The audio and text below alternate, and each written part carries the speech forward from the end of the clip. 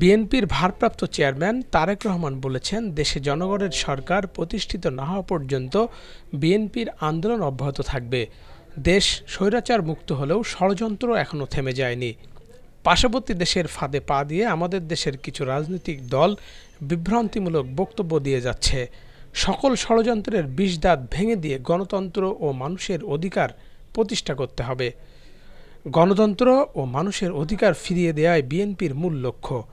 রবিবার বিকেলে সাতক্ষীরার কলারোয়া ফুটবল মাঠে কারামুক্ত বিএনপি নেতাদের সংবর্ধনা অনুষ্ঠানে ভার্চুয়ালি প্রধান অতিথির বক্তব্যে তিনি এসব কথা বলেন।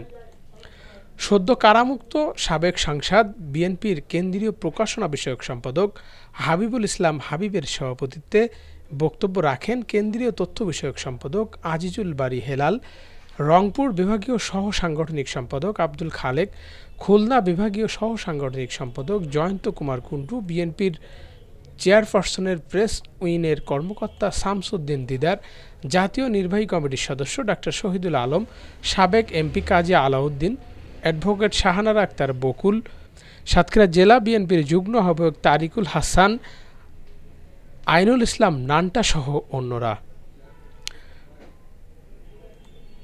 প্রধান অতিথির বক্তব্যে বিএনপির ভারপ্রাপ্ত চেয়ারম্যান আরও বলেন, বিএনপির রাজনীতি উৎপাদন ও উন্নয়নের রাজনীতি। বিএনপি চায় দেশের প্রতিটি সম্ভাবনাকে কাজে লাগাতে।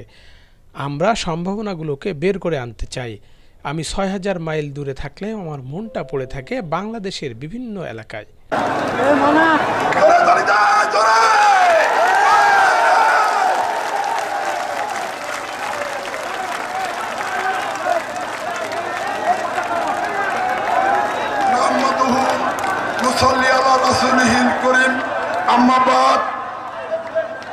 আমি আউযু বিল্লাহি মিনাশ শাইতানির রাজিম বিসমিল্লাহির রহমানির রহিম ইন্নাল মুনাফিকিনা ফি দারকিল আসফালি মিনান নার।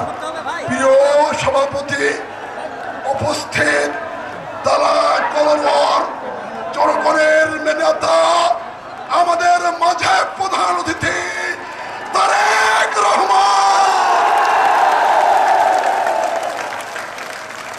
তালি দিয়ে ধন্যবাদ জানাচ্ছি।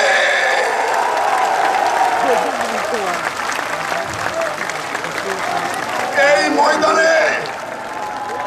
ময়দানে 7 বার দেশ নেত্রী প্রধানমন্ত্রী খালেদা জিয়া বক্তব্য দিয়েছিলেন।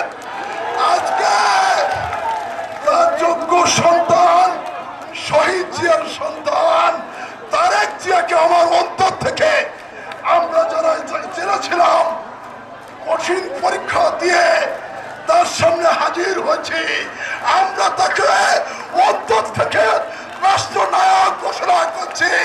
আগামী দিনের